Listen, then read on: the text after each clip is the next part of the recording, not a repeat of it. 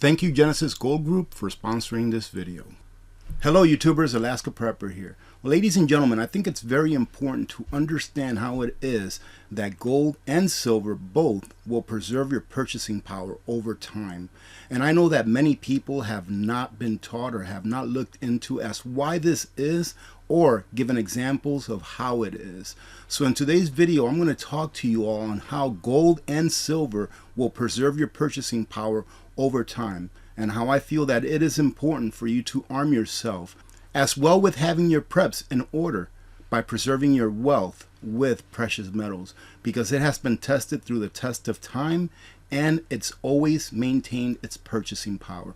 And remember that your purchasing power is not just that. Your purchasing power, the fiat money that you earn when you go to work, that represents the time that you put into trading for that fiat currency. So why hold something that's going to depreciate over time when the time that you put into it is finite? Now, ladies and gentlemen, this is very easy to follow, especially for those of you that really don't know too much about precious metals. So I hope that you stick with me. One of the characteristics of gold is that it preserves wealth. And remember what your wealth represents. It represents the time that you spent accumulating what we call money nowadays in order to get those things that make your standard of living what you want it to be. In a world of constantly devaluing fiat currency. That's not something that I really need to explain, how the fiat currency, i.e. the dollars that you work for, or the currency of your nation's type, how they are devalued. I don't have to go into that. Just look at the last several years. How much less you can buy today with a $100 bill than you could buy 3, 5, 10, 20. Just keep going and you'll see that you can buy a lot less. Your shopping cart is a lot less full when you spend $100 today than it was 10, 20 years ago, or even 2 or 3 years ago. If you would hold on to dollars for several years, they will buy less stuff at the end of that time period than they did at the beginning, which is just what I talked about. This is especially true when we have rapidly rising prices as we do today. But even when inflation is under control, as what they like to say, inflation is under control. What's that magic number? 2%. Now you have to remember that inflation, ladies and gentlemen, is another word for the theft of your money, for the theft of the time that you put into accruing that money. Federal Reserve policy is to devalue the dollar by 2% every year. So when you hear the pundits on TV telling you that, yes, inflation is good at 2%, what they're telling you is, hey, listen, we're going to go ahead and devalue what you've already earned. All right? They're devaluing what you've already earned into existence by 2% every year. So if you keep a $100 bill in the bank, year one, by the end of that year, it will be able to buy you about $98 worth of goods as opposed to $100. So then you go ahead and take 2% away from that $98 at the end of the second year, and it's cumulative. And then by the time that you've put that money away in savings to retire, it's worth almost nothing as far as the purchasing power goes. You'll still have the nominal value of the dollars in the bank, but what will they buy you? That's the big question. And they say that it simply doesn't make sense to hold on to dollars for any length of time. And I did a video not too long ago where a billionaire who's a hedge fund manager. So this person makes his money by putting people's retirement and putting people's wealth into the stock market. Even he said, hey, you need to hold gold because the dollar is going down even further. Now, my personal opinion, which has nothing to do with this article, is that the value of the dollar will have another leg up. I think that the value of the dollar will reach its all-time high and then come crashing down. Meaning that if you hold off purchasing gold, that the price of gold in nominal value will go down. However, I feel that dollar cost averaging is the best strategy for myself because I'm not a financial advisor. And you never know that when the price of gold crashes because of the value of the dollar, you never know if you're going to be able to find that gold or silver at your coin shop or on any online dealers. So dollar cost averaging for me is the best way to go. We can demonstrate, they say, this in a tangible way by pricing a good or service in gold and examining the change in price over time. And here they're going to go ahead and give you one example, and then I'm going to give you my own example that I've used in the past that is very simple to follow. So the example that they're going to use here is how much a high quality man's suit cost in the year 1900. In 1900, the average price of a high-end men's suit was around $35 back in 1900. Now you have to remember, back in 1900, the average wage, it ranged between like $3 to like $25 a week. But the average was about $3, just shy of $3 a week. Remember that. So as they say here, the average suit was about $35. At the time, the price of gold was set to $20.67 per ounce, which meant that in order for someone to buy a nice high-end man's suit, it would cost about 1.7 ounces of gold in order to buy a nice man's suit. Now, I would contest that with 1 ounce of gold back then, you can still buy a pretty nice high-end man's suit, but here they did the numbers and they came up with 1.7 ounces. So let's go ahead and bring that a little bit forward. Today, the average price of a high-end suit is around $2,000. Now, I don't wear suits and I don't buy suits, obviously. So I took a look around on the internet and I wanted to see what I found as far as about what good man's suits were going for.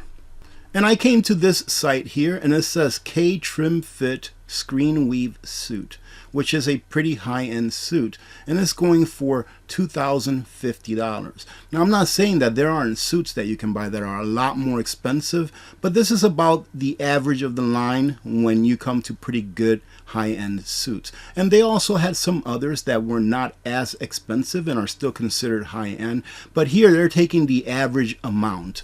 So they're saying that today, if you took gold to buy a high-end suit for about $2,000, it would cost you about 1.1 ounce of gold to purchase that $2,000 high-end suit. Now remember that back in 1900, in order to buy a high-end man's suit, it was about $35 or the equivalent of about 1.7 ounces of gold, which means what? It means that it takes you less gold today to buy that same item than it did back in 1900, meaning that the purchasing power of gold has not only maintained, but actually risen a little bit over time.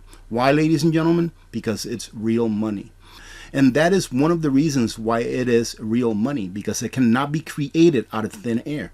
It has to be worked into existence. It has to be taken from the ground, from the ore, using machinery, using labor, using fuel, right? Using capital investments, using time in order to be dug up from the ground and then go through the entire process of refining it and then having it find itself in a coin shop or in an internet site where somebody can actually purchase it.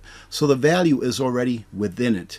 So that's why governments, one of the reasons why governments don't like having gold as their legal tender or reserve currency, because it limits them to how much they can spend, because gold is finite, whereas fiat currency is not. They can print as much of it as they want and really at will. As you can see, the price of a suit in gold has dropped a little over 35% since 1900. Now it's gone up considerably in nominal value, in paper dollar terms, but it's gone down considerably if you were calculating it using gold.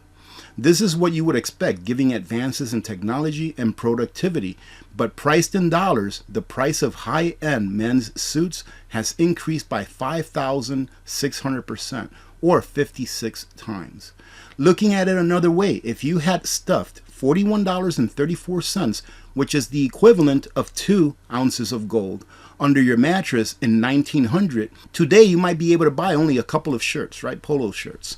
But if you would have bought 2 1-ounce gold coins and stuffed those under your mattress in 1900, today you'd be able to buy a fancy suit and still have about $1,600 left over in fiat currency.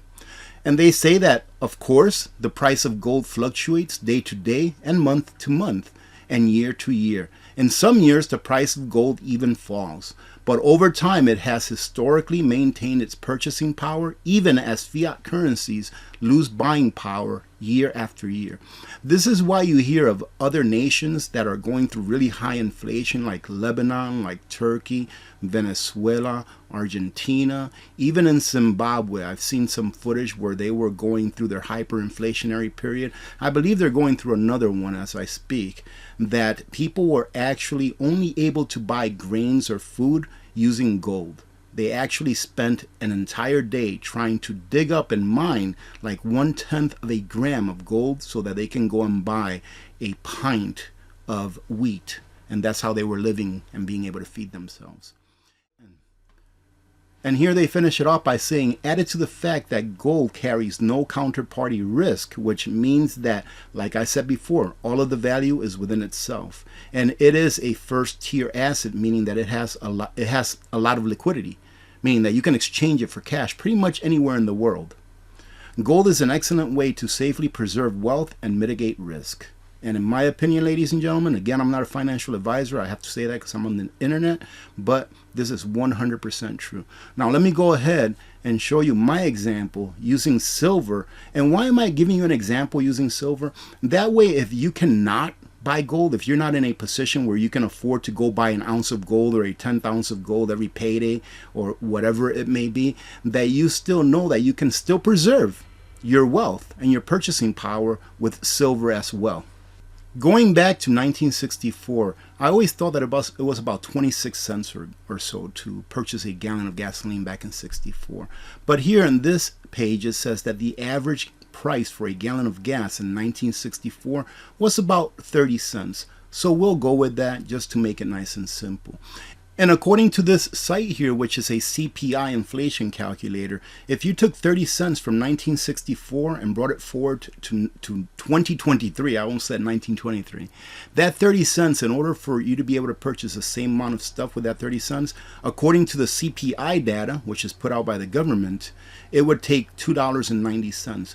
So you can see that even inflation adjusted, the dollar has not been able to keep up with how much gasoline costs today. Because what you could get for 30 cents back in 1964, today you only have about $2.90 worth of purchasing power. So you can see here that this Washington quarter, minted between 32 and 64, made of 90% silver. Today, the melt value just in that quarter is $3.77. Now, I know that the average price back in 64 of gasoline was 30 cents, but here we're using a smaller denomination. We're not even using the 30 cents, we're just using a quarter. So even though back in 64 you could not purchase a gallon of gasoline with 25 cents on average, ladies and gentlemen, I'm sure that there were parts in the US where you could purchase gasoline for a little less than a quarter. Maybe there were parts where you can purchase gasoline for a little bit more than 30 cents. Just like now, there are parts in the United States where gasoline is a lot less expensive than others. California being one of those higher ones, Alaska as well being one of the higher ones, and other states, maybe ones that are a little bit closer to refineries, having lower prices. So in this case, we're just going to use that one quarter that was minted in 1964 and not the full 30 cents. And by the way, I will leave the link to this right here on a pinned comment so that you can go check it out, because they keep this up to date on a daily basis depending on the spot price of silver and gold as well. So today you can see that this 1964 quarters, which is less than what you needed back in 1964 to buy a full gallon of gasoline, today is now nominally valued at $3.77, which is the monetary value of the silver in that quarter, which takes us to the average price of gasoline in the United States today. According to AAA, the average price of gasoline is $3.37 per gallon. So like I said, that quarter, which could buy you a gallon of gasoline or just shy of a gallon of gasoline back in 1964, today can actually buy you more than a gallon of gasoline. Why? Because silver and gold, but in this case silver, is real money, which keeps its purchasing power over time. And that is what we want to do with our labor, because I would rather that the labor that I expend today to earn fiat currency, I would rather that that fiat currency that I earned with my labor, that it keeps its purchasing power. Unfortunately, with inflation the way that it is, during good or bad times, you are only guaranteed one thing, and that is that the purchasing power of the dollars that you earn into existence will always be devalued, because inflation means only that money is being added to the money supply, therefore making it less valuable and allowing it to lose its purchasing power over time. Thank you very much, ladies and gentlemen, for joining in. I hope that you got something out of this. I try to make this as simple as possible, so those that maybe haven't looked into this for themselves, that you'll be encouraged to look into this for yourself and consider purchasing some precious metals from time to time, even if it's a quarter, even if it's a dime, if that's all you can get. That way the purchasing power of your labor today can be carried forward when the dollar continues to fall in purchasing power. Many other countries have gone through what I feel we are about to go through. Maybe not tomorrow, but I do believe in the next several years that the dollar will eventually lose its hegemony around the world, and that it will lose a lot of its value. It's going to look pretty good for the dollar here coming forward, in my opinion. I think it's going to shoot up one last time before it really goes down. So we do have time to prepare for the inevitable. Having said that, have a great day. God bless every one of you. God bless America. I'm Alaska Prepper. I'm out. Thank you, Genesis Gold Group, for sponsoring this video. Ladies and gentlemen, I've received several emails in the past asking me what I would do if I had a 401k or an IRA that I wanted to protect against the inflationary forces that we've experienced and are experiencing now. I'm not a financial advisor, but the folks at Genesis Gold Group specialize in helping those who want to diversify their excess wealth by converting their fiat currency retirement plans into a plan that is backed by real money.